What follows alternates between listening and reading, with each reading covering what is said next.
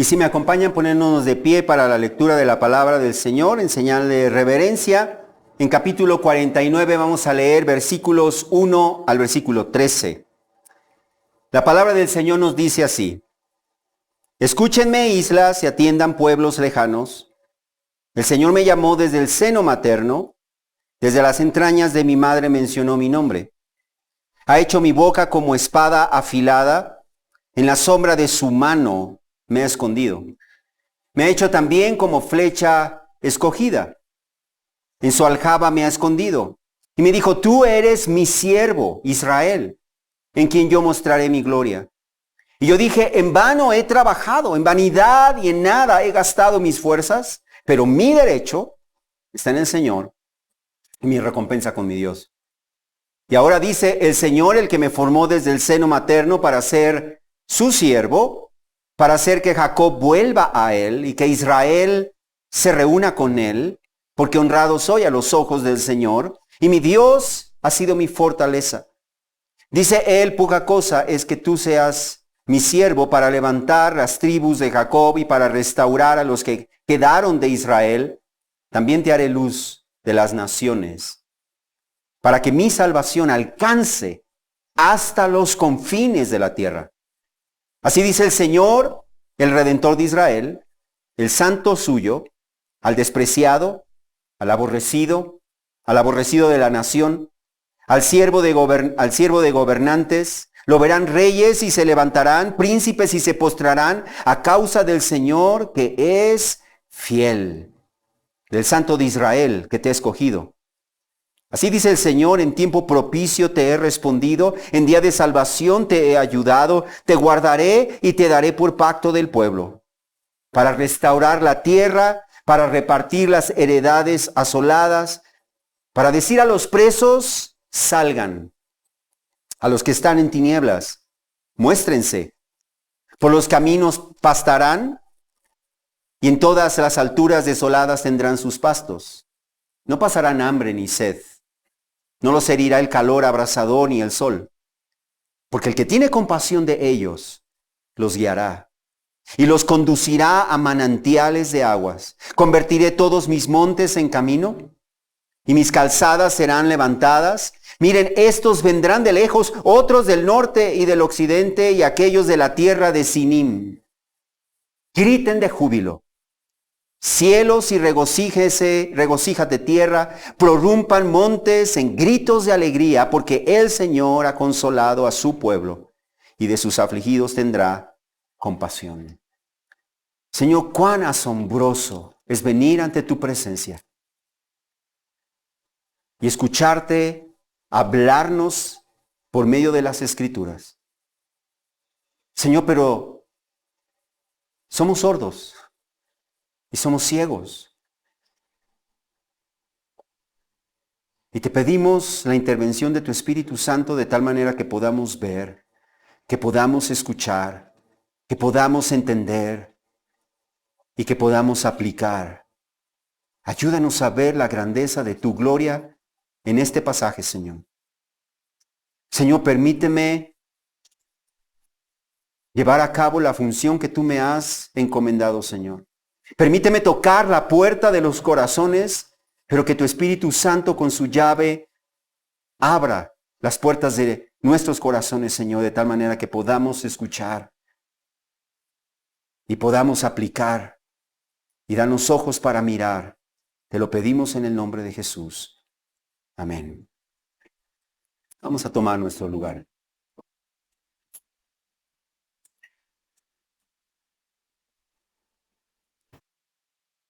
El profeta Jeremías nos dice en el capítulo 9, versículo 24, que si alguien se gloríe en esto, de que me entiende, dice el Señor, de que me entiende y me conoce. El apóstol Pablo nos dice en Filipenses 3:8 que él estimaba como pérdida todas las cosas. Todas las cosas, en vista del incomparable valor de conocer a Cristo Jesús. Eso significa, hermanos, que no existe nada más importante, nada más valioso, nada más provechoso que conocer a Cristo. Si tú has encontrado a Cristo, el mayor anhelo de tu vida será conocerle a Él. Si ese no es el mayor anhelo de tu vida, que no puedes esperar un día más para conocerle a mayor profundidad, significa que no le has conocido. Conocer a Cristo por medio de las Escrituras debe de ser nuestro mayor deleite, debe de ser nuestra más grande búsqueda, debe de ser nuestra más alta prioridad. Y el Antiguo Testamento tiene mucho que decirnos acerca de Cristo de una manera anticipada. Uno de los libros del Antiguo Testamento que más nos hablan de Cristo es el libro de Isaías. No por nada es el segundo libro del Antiguo Testamento más citado en el Nuevo Testamento, después del libro de los Salmos. Su mensaje fue dirigido originalmente a los habitantes del reino del sur, del reino de Judá, los cuales se habían amoldado al mundo, los cuales se habían vuelto desobedientes al Señor, desviándose de sus caminos, aunque seguían adorando al Señor. Pero como el Señor les dice a través del mismo profeta Isaías, su adoración era solamente de labios para afuera, porque sus corazones estaban lejos de Él. Es posible cantar, es posible llorar, es posible emocionarnos, y que nuestra adoración sea solamente de dientes para afuera. Así era la adoración de Judá. Sus corazones estaban lejos de Dios. Ellos habían desviado de los caminos del Señor y por eso el Señor les habló por medio del profeta Isaías. Pero su mensaje fue dirigido a judíos de 3 periodos diferentes en la historia de Israel. 66 libros dirigidos a judíos en 3 etapas históricas diferentes.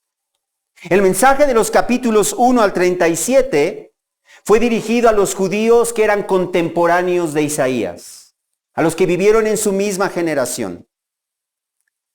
Capítulos 38 al 55 fue dirigido a aquellos judíos que estarían viviendo en el exilio babilónico. Y capítulos 56 al 66 fue dirigido a los que habrían de regresar del exilio babilónico. Y en cada una de estas 3 secciones, el Mesías ocupa un lugar central. Isaías nos presenta al Mesías de una manera anticipada. Y lo hace presentándonos de 3 maneras diferentes al Mesías. En capítulos 1 al 37 lo presenta como el Rey santo, santo, santo, que está sentado en el trono alto y sublime. Ese Rey que descendería naciendo de una virgen para alumbrar a los que viven en tierra de sombra de muerte. Luego, en capítulos 38 al 55, nos presenta al Mesías como el siervo sufriente de Yahvé, el cual salvará a su pueblo de sus pecados. Y en capítulos 56 al 66 nos lo presenta como el Mesías conquistador que establecerá su reino sobre la tierra y que reinará sobre la nueva creación. ¿Quieres ver al Mesías? Lee Isaías en el Antiguo Testamento. Y ya hemos estudiado capítulos 1 al 48 y hemos visto que a partir del capítulo 38, Isaías habla hacia el futuro, dirigiéndose a los judíos que vivirían en el exilio babilónico y que estarían desanimados en medio de la disciplina a causa de sus propios pecados, sin esperanza. Y el Señor les anunció que Él los salvaría. Pero ellos necesitaban dos tipos de salvación. Él los salvaría de la cautividad física en Babilonia y lo haría a través de Ciro, el rey de Persia. Pero ellos necesitaban no solamente salvación física, ellos necesitaban salvación espiritual. Y Él los salvaría de la cautividad espiritual al pecado por medio de un individuo al que llama el siervo de Yahvé, el siervo del Señor. Los capítulos 40 al 55 mencionan 21 ocasiones al siervo del Señor. Ese es su enfoque, el siervo de Yahvé. Y qué interesante que el Señor presenta a aquel que está sentado en el trono, reinando sobre toda su creación, en la segunda sección como el siervo del Señor. Porque Él vendría no para ser servido, Él vendría para servir y para dar su vida en rescate por muchos. La primera vez que se hace mención del siervo del Señor es en el capítulo 41. Si lo tienes en tu Biblia puedes ir, si no lo puedes ver en las pantallas. Y en capítulo 41, versículos 8 al 9, nos dice, pero tú, Israel, siervo mío, Jacob, a quien he escogido, descendiente de Abraham, mi amigo, tú a quien tomé de los confines de la tierra y desde sus lugares más remotos te llamé y te dije, mi siervo eres tú, yo te he escogido y no te he rechazado. Como podemos ver en este pasaje, el Señor había llamado a la nación de Israel a ser su siervo. Le había llamado a servirle. Pero la nación de Israel falló en esa misión que el Señor le había asignado. De tal manera que ellos, a causa de su rebelión y de su pecado, no pudieron ser el siervo del Señor. Y por eso fueron llevados a la cautividad en Babilonia. Pero el Señor es fiel. Y el Señor prometió levantar a alguien que representaría a Israel, que sería el Israel ideal y que cumpliría la misión que Israel falló en cumplir. Ese individuo sería el verdadero y definitivo siervo del Señor. Este siervo salvaría y restauraría a la nación de Israel. Podemos ver en capítulo 42 lo que se conoce como el primer cántico del siervo. Hay 4 y hay quienes discuten que son 5 cánticos del siervo. En capítulo 42, versículos 1 al 4, en lo que se conoce como el primer cántico del siervo, el Señor dice, este es mi siervo a quien yo sostengo, mi escogido, en quien mi alma se complace. He puesto mi espíritu sobre él. Él traerá justicia a las naciones. No clamará ni alzará su voz. No hará oír su voz en la calle. No quebrará la caña cascada ni apagará la mecha que casi no arde. Con fidelidad traerá justicia. No se desanimará ni desfallecerá hasta que haya establecido en la tierra la justicia. Su ley esperarán las costas. Pero este siervo no es la nación de Israel. Y no es la nación de Israel, porque observa en versículos 19 y 20 nos dicen, ¿quién es ciego como mi siervo o tan sordo como el mensajero a quien envío? ¿Quién es tan ciego como el que está en paz conmigo o tan ciego como el siervo del Señor? Tú has visto muchas cosas, pero no las observas. Los oídos están abiertos, pero nadie oye. Israel era tan ciego, era tan sordo como nosotros. La palabra entraba por un oído y salía por el otro sin hacer nada en sus corazones. Ellos no pudieron ser el siervo del Señor. Y el versículo 24 concluye diciendo, ¿quién entregó a Jacob al despojo y a Israel a los saqueadores? ¿No fue el Señor? contra quien pecamos. En sus caminos no quisieron andar, ni obedecieron su ley. Así que entonces, el siervo del Señor no es Israel. No pudo ser Israel. Y ahora en capítulo 49 encontramos lo que se conoce como el segundo cántico del siervo.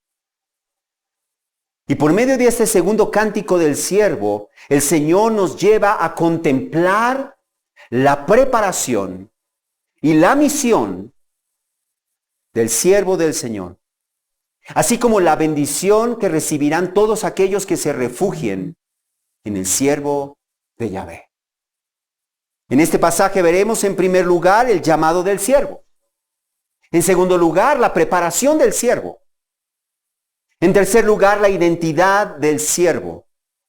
En cuarto lugar, la misión del siervo. Y en quinto lugar, nuestra respuesta al siervo. Comenzamos entonces por el llamado del siervo. Observa allí en tu Biblia, en el versículo 1, dice: escúchenme, islas, y atiendan, pueblos lejanos. El Señor me llamó desde el seno materno. Desde las entrañas de mi madre mencionó mi nombre. Notemos en primer lugar que aquel que está hablando en este pasaje nos llama a prestar atención, a escuchar con atención, a no distraernos de aquello que está a punto de decirnos. Pero ¿quién es el que está hablando? ¿No es Isaías? ¿No es el Señor? Porque observa cómo nos dice allí: el Señor me llamó. Entonces no puede ser el Señor. Entonces, ¿quién es el que está hablando? El versículo 5 nos dice: el Señor me formó desde el seno materno para ser su siervo. El que está llamando entonces a las islas, es decir, a los confines de la tierra y a los pueblos lejanos, a los que están cerca y a los que están lejos, a prestar atención, a escuchar con atención, es nada menos que el siervo del Señor, el cual sería llamado desde el seno de su madre. Él es el que te está llamando hoy a escuchar con atención y a entender, dice allí.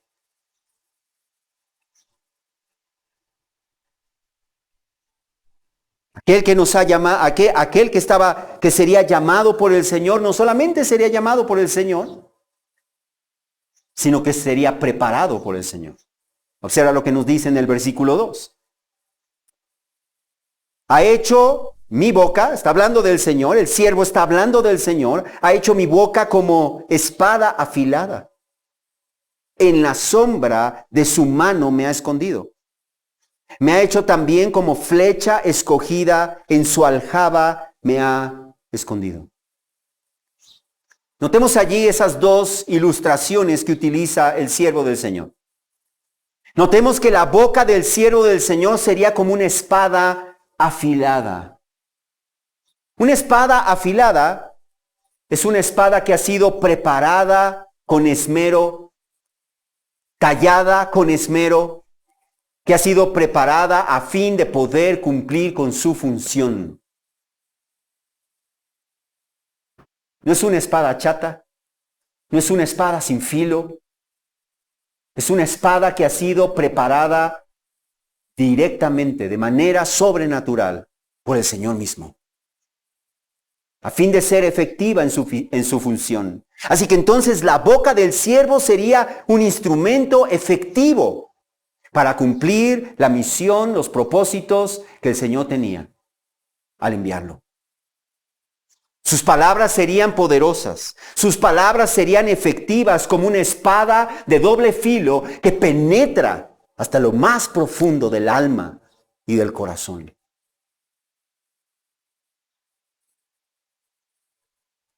Pero además el siervo del Señor sería, dice allí, como una flecha escogida, no cualquier flecha, una flecha escogida. Una flecha tiene la capacidad de alcanzar a los enemigos que se encuentran lejos, a diferencia de una espada. Así que entonces el siervo del Señor sería un instrumento preparado, un instrumento poderoso, un instrumento efectivo, dice allí, en la mano del Señor, en la aljaba del Señor, listo para ser usado, listo para alcanzar a sus enemigos cerca y alcanzar a sus enemigos lejos. Pero ¿quién es este siervo del Señor? Eso nos trae a nuestro tercer punto, la identidad del siervo. En versículo 3 nos dice, y me dijo, tú eres mi siervo Israel. Tú eres mi siervo Israel. Notemos que al siervo del Señor se le llama Israel. Pero si prestas atención al versículo 5, nos muestra que no es la nación de Israel. Observa lo que dice el versículo 5. Allí dice que él haría, es decir, el siervo haría que Jacob vuelva a él y que Israel se reúna con él.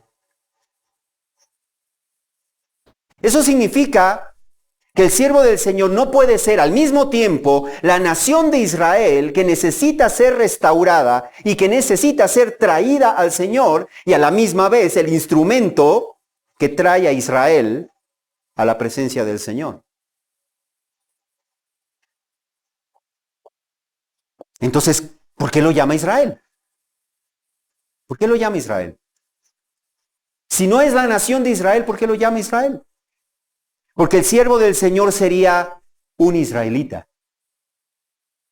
Sería un descendiente de Abraham.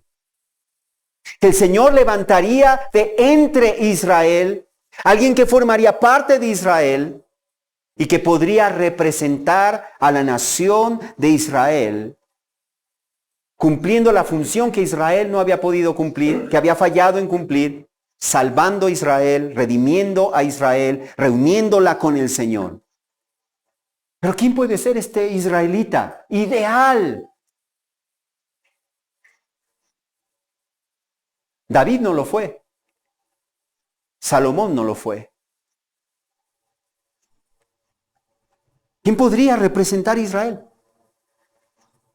El profesor Peter Gentry señala, el siervo, y lo estoy citando, el siervo debe ser el futuro rey descrito en la primera sección del libro de Isaías. Porque como individuo, el rey puede representar a la nación y al mismo tiempo ser distinto de Israel. Y Zacarías 3:8 apoya esta idea, ya que allí el Señor llama al Mesías mi siervo, el renuevo. Mi siervo, el renuevo. Así que el Mesías, el rey de Israel, es el siervo del Señor que representaría a Israel.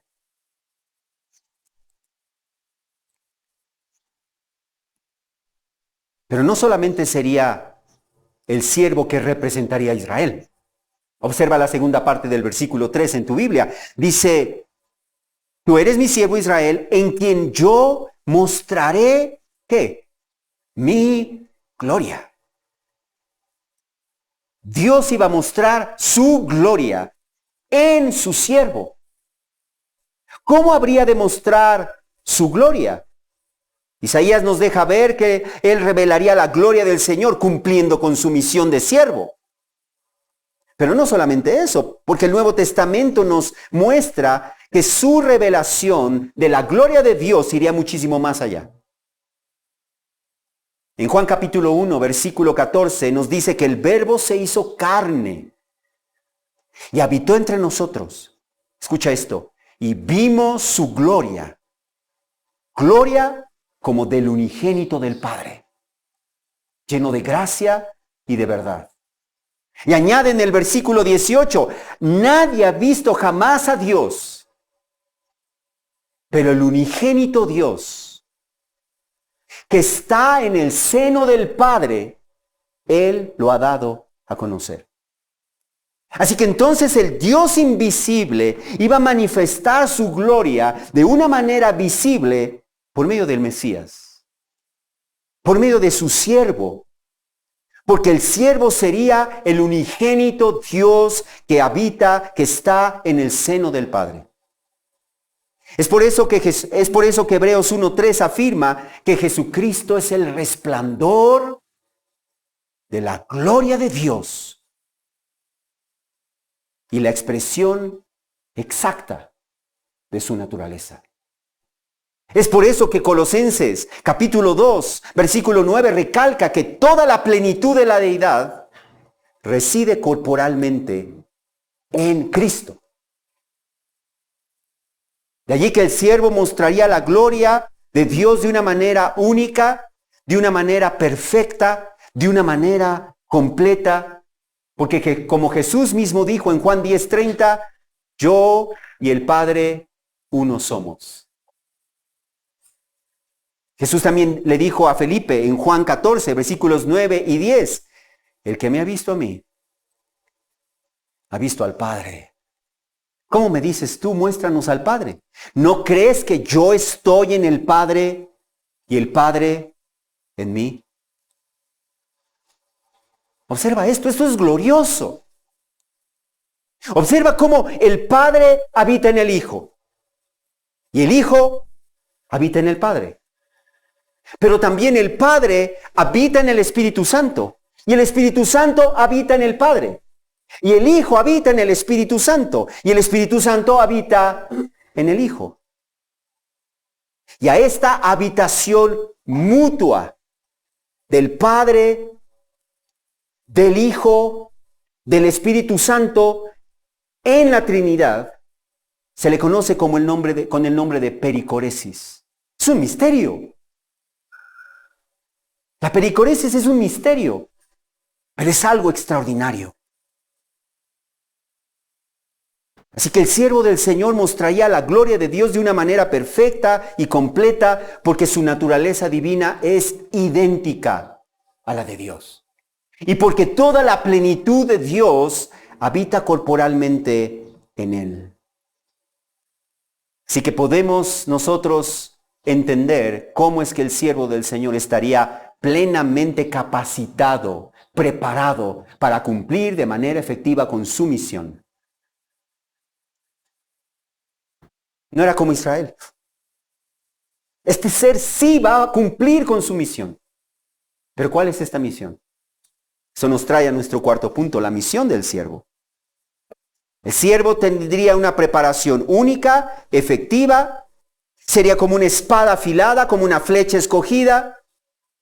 Sin embargo, la paradoja es que contrario a lo que nosotros esperaríamos, el éxito del siervo del Señor no sería lo que nosotros esperaríamos.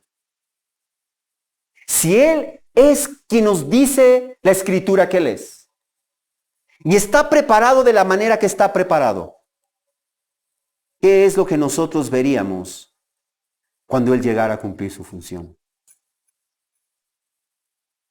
Observa lo que nos dice el versículo 4. En vano he trabajado. En vanidad y en nada he gastado mis fuerzas. Pero mi derecho está en el Señor y mi recompensa con mi Dios. Observa que la misión del siervo del Señor no sería nada fácil. Demandaría un trabajo y un esfuerzo extenuantes. De hecho, el verbo hebreo trabajado allí nos habla de un trabajo que es de tal intensidad que uno termina exhausto, sin fuerzas. Así sería el trabajo del siervo. Cuando el siervo dice he gastado mis fuerzas, literalmente está hablando de quedarse sin fuerzas, está hablando de desfallecer. Pero su intenso trabajo, su inmenso sacrificio, su increíble agotamiento no darían los frutos que uno esperaría. Observa esas palabras: en vano, en vanidad, en nada. El siervo sería menospreciado. El siervo sería rechazado por su propio pueblo, como veremos más adelante en versículo 7. Juan en capítulo 1, versículo 11 nos muestra que justo así sucedió con el siervo, porque a lo suyo vino y los suyos no le recibieron. Jesús mismo dijo en Juan 15, 25, me odiaron sin motivo, sin causa. Sin embargo, ¿qué hizo el siervo? Él perseveró en su misión. Él perseveró en aquello que Dios lo había llamado a hacer. ¿Cómo pudo hacer eso? ¿Cómo pudo el siervo perseverar cuando su esfuerzo parecería inútil? Observa lo que dice el versículo 4, pero mi derecho está en el Señor. Pero mi derecho está en el Señor. Y mi recompensa, ¿con quién? Con mi Dios. La clave de su perseverancia sería que él pondría su confianza en aquel que lo había llamado, en aquel que lo había preparado, en aquel que lo había enviado, y no en lo que veían sus ojos, ni en la opinión de la gente. Esto significa que para el siervo, la decisión y el veredicto final estaban en las manos de Dios. No en las circunstancias, no en la opinión de la gente. Y de la misma manera su recompensa no estaba en el aquí. No estaba en ese momento. No sería una recompensa instantánea. Su recompensa no era la aprobación de los hombres. Su recompensa estaba con Dios. Y el mismo pensamiento, hermanos, el mismo pensamiento debemos tener nosotros si vamos a perseverar caminando con el Señor. El éxito en nuestra vida, el éxito en nuestro ministerio no se mide por el resultado que nosotros nos propusimos alcanzar. Tampoco se mide por el tamaño, la extensión o la fama de nuestro ministerio. Ese es el error que muchos pastores hoy en día cometen. Porque a fin de llenar las iglesias, están dispuestos a comprometer su fidelidad al Señor. Y están dispuestos a comprometer el mensaje que Dios les ha llamado a predicar. Porque lo que quieren son números, porque lo que quieren es un éxito a los ojos del mundo. Pues ese será todo el éxito que tengan. El éxito no se mide por el reconocimiento o la opinión de la gente. No se mide comparándonos con lo que otros han logrado. El éxito, mis hermanos, consiste en hacer lo que Dios te ha puesto a hacer. Con todas tus ganas, con todas tus fuerzas. No como para los hombres, sino como para Dios.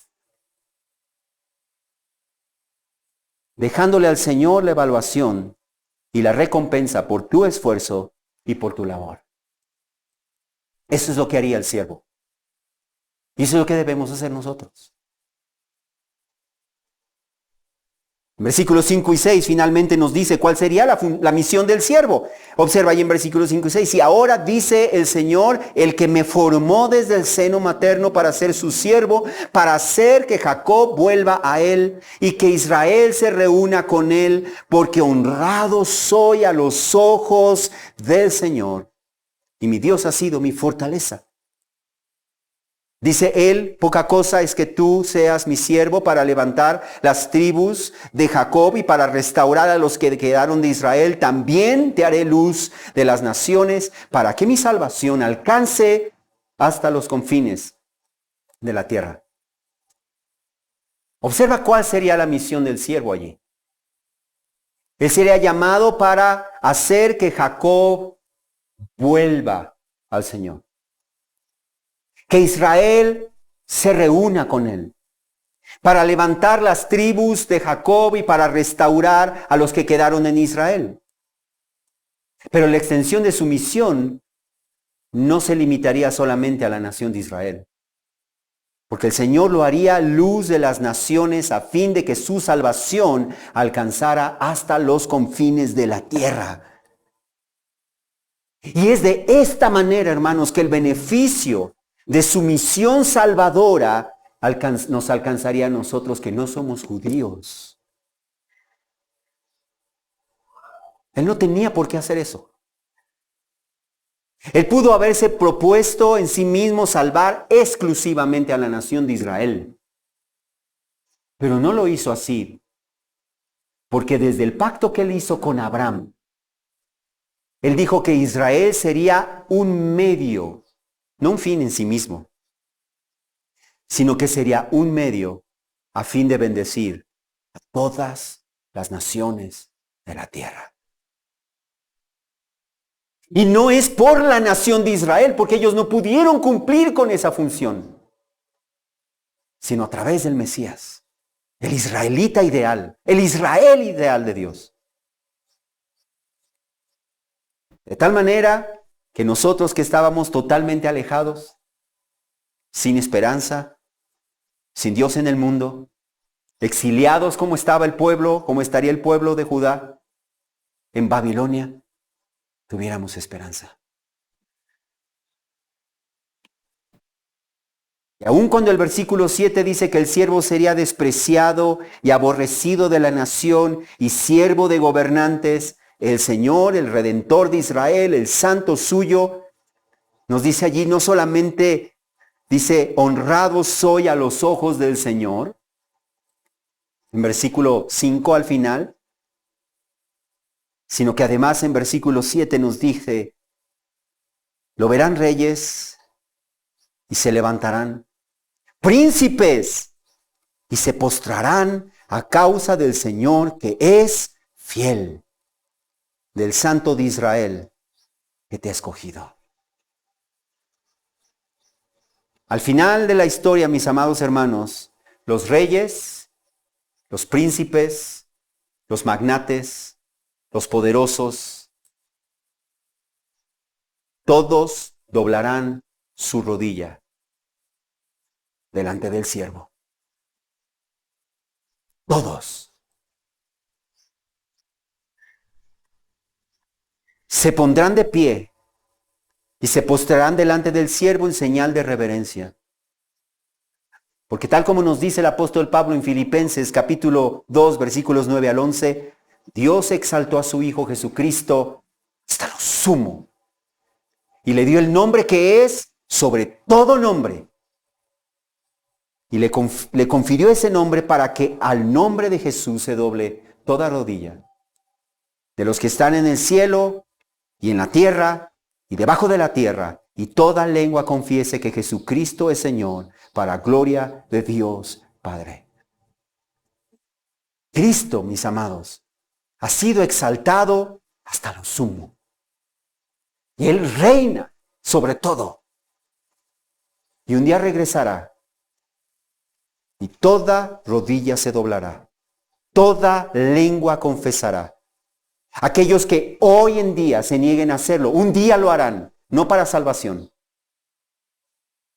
La diferencia con el pueblo de Dios, con aquellos que corren al siervo, es que ellos doblan su rodilla hoy. Y le tendrán como su Dios, como su Padre.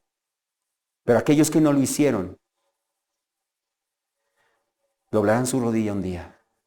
Y confesarán que Jesucristo es Señor, para gloria de Dios Padre. Y glorificarán a Dios a través de su destrucción eterna. Por cuanto se negaron a recibir el amor de la verdad para ser salvos. El siervo sufriría rechazo, sufría menosprecio, pero el Señor le promete en versículos 8 al 9. Así dice el Señor, en tiempo propicio te he respondido, en día de salvación te he ayudado, te guardaré y te daré por pacto del pueblo para restaurar la tierra, para repartir las heredades asoladas, para decir a los presos, salgan, a los que están en tinieblas, muéstrense. Observa cómo el Señor daría a su siervo, al pueblo, por pacto. Él cumpliría en representación de Israel el pacto con el Señor que Israel había roto. Y Él volvería nuevamente a repartir la tierra prometida al pueblo de Israel. Así que entonces, en el futuro, el Señor no solamente habrá de salvar a su pueblo, el Señor va a restaurar físicamente a la nación de Israel. Esa no es una promesa que se cumplirá de manera espiritual en la iglesia, porque la iglesia no es el Israel de Dios.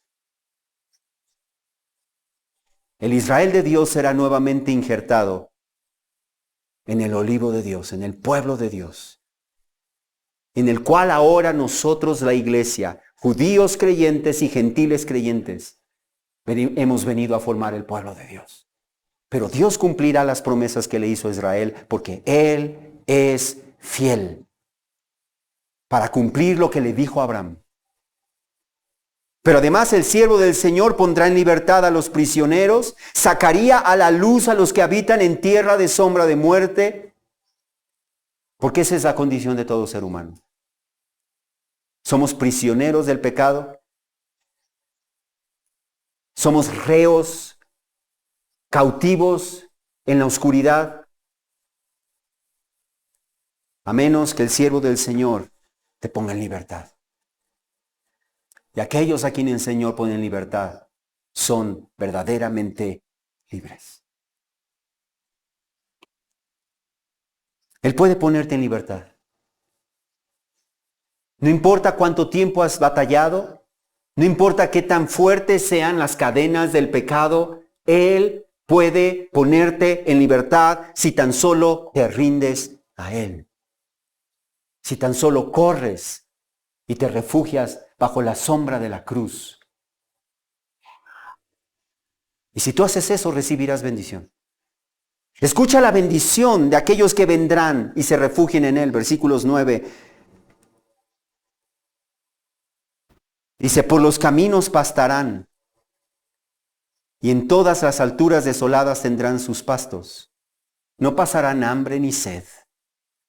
No los herirá el calor abrasador ni el sol, porque el que tiene compasión de ellos los guiará y los conducirá a manantiales de agua. Como dice un reconocido comentarista, y lo cito, el ministerio del siervo no es meramente ponerlos en libertad de las cadenas del pecado, sino también conducirlos por todo el camino hasta llevarlos a la casa, hasta llevarlos a casa a la presencia de Dios. Los que se refugien en Él no tendrán hambre. Los que se refugien en Él no tendrán sed. Jesús dijo en Juan 6:35, yo soy el pan de la vida, y el que viene a mí no tendrá hambre. Y el que cree en mí nunca tendrá sed. ¿Quieres no tener hambre? ¿Quieres no tener sed? ¿Quieres no preocuparte por las adversidades de esta vida por las cuales de todas maneras tendrás que pasar? Entonces tienes que venir al siervo. Porque cuando vengas al siervo, nada de eso importa. Porque las adversidades, los problemas, las enfermedades, las dolencias, no te podrán quitar dicha, el deleite, la bendición de tener al Señor en tu vida. Jesús prometió que a los que se rinden a Él, en Juan 10:28, yo les doy vida eterna y jamás perecerán, y nadie las arrebatará de mi mano. Mi Padre que me las dio es mayor que todos, y nadie las puede arrebatar de la mano del Padre. Porque Él, como un buen pastor, te cuidará y te llevará al hogar. No hay mayor seguridad. No hay otro lugar en donde tú puedas ir. El dinero no te puede dar eso. La posición social no te puede dar eso. Tus bienes materiales no te pueden dar eso. Un seguro de gastos médicos no te puede dar eso. Solamente Él te lo puede dar. Y no puedes estar más seguro en ningún otro lado que en las manos del Padre. De tal manera que si has encontrado a Cristo, a pesar de que tengas necesidades y pases adversidades y sufrimiento, estarás llenos de gozo porque tienes vida eterna y porque tu vida está segura en sus manos. Él te cuidará, Él te guiará, Él te llevará a la casa del Padre. Versículos 11 y 12 añaden: convertiré todos mis montes en caminos y mis calzadas serán levantadas. Miren, estos vendrán de lejos, otros del norte, del occidente y aquellos de la tierra de Sinim. Eso significa que el Señor traerá a Él y a su salvación a muchos, de oriente y de occidente, del norte y del sur. Sinim se cree que era la ciudad más cercana o la nación más que estaba en los confines, por allá, por debajo de Etiopía. El Señor está diciendo, no importa de dónde seas, no importa en dónde tú estés. Si alguien tiene sed, dijo Jesús, venga a mí y beba. El que cree en mí, como dice la Escritura, de lo más profundo de su ser brotarán ríos de agua viva. Qué diferente es la vida de aquel que corre a los pies del siervo. Puede enfrentar adversidades y dolores y necesidades con la frente en alto, porque dice, yo estoy seguro en las manos de mi Señor, en las manos de mi Salvador, y Él pagó un alto precio a fin de llevarme a la casa de mi Padre. ¿Cómo vas a responder a ese mensaje, hermano? ¿Cómo debes responder ese mensaje? ¿Con indiferencia? ¿Con apatía? ¿Con frialdad? Escuchen el versículo 13, nuestro quinto punto. Griten de júbilo, cielos, y regocíjate tierra. Prorrumpan montes en gritos de alegría, porque el Señor ha consolado a su pueblo, y de sus afligidos tendrá compasión. Yo te pregunto, ¿es esa la respuesta que hay en tu corazón? Estas palabras nos muestran que nuestra respuesta a la salvación que el Señor llevaría a cabo por medio del siervo, el Mesías, es la de un gozo profundo y una alabanza desbordante. ¿Es esa la respuesta que tú le muestras? ¿Es el Señor tu gozo? ¿Es el Señor tu deleite? Y dices, yo quiero estar. Una cosa he pedido y no quiero otra. Más que estar en la presencia de mi Dios. Escuchar su voz. Que me hable al corazón. ¿Ese es el deseo de tu corazón?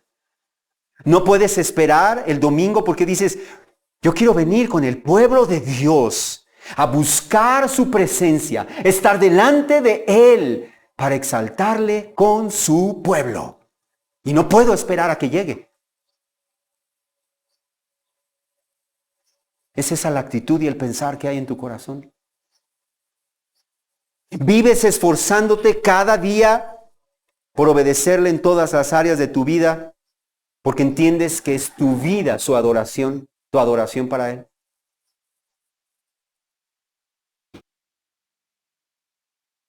Si no es así, hermano, quizás es porque no le has encontrado.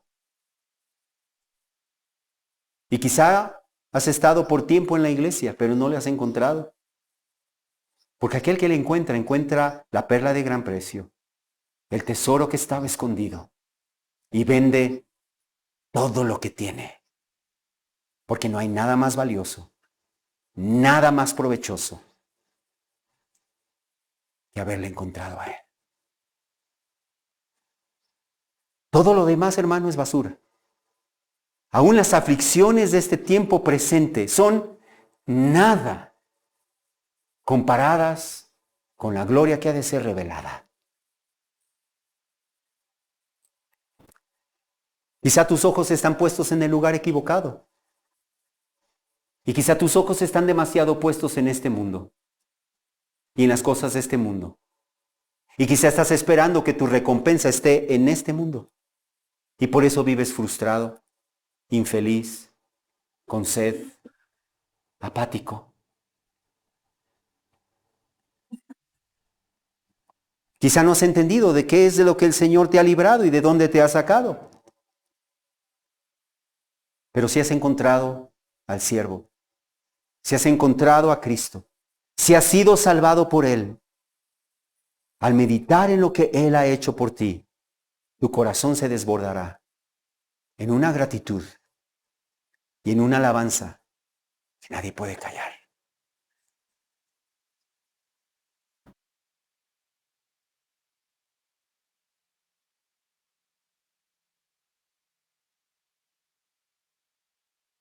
Tu deleite será conocerle a Él.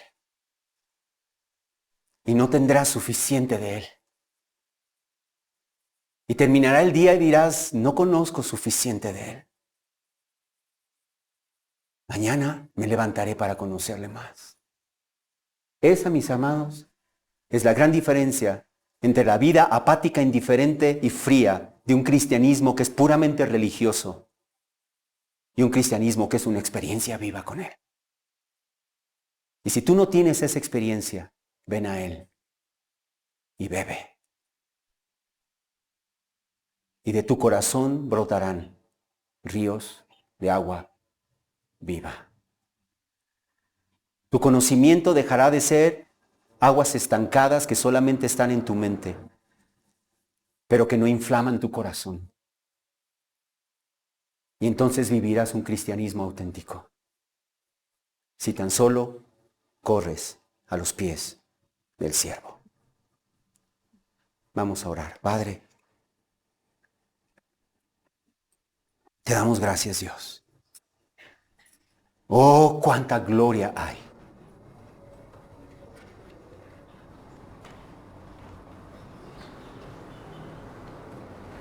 Cuánta gloria hay en ti. Y no te hemos conocido lo suficiente. Y te pedimos perdón, Señor, cuando nos hemos contentado con las baratijas. Cuando tenemos frente a nosotros la perla de gran precio.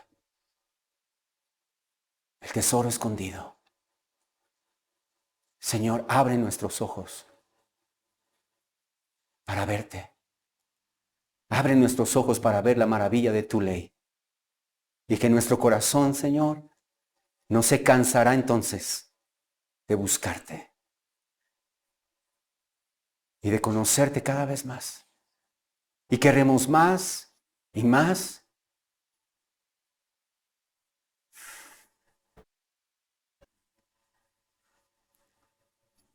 Y más de ti, Dios. Ayúdanos a vivir un cristianismo así. Pon colirio en nuestros ojos para que podamos ver. Cambia nuestro corazón para que podamos entender. Y no seamos ciegos y sordos como el pueblo de Israel, Señor. Te lo pedimos en el nombre de Jesús y para la gloria de tu nombre. Amén.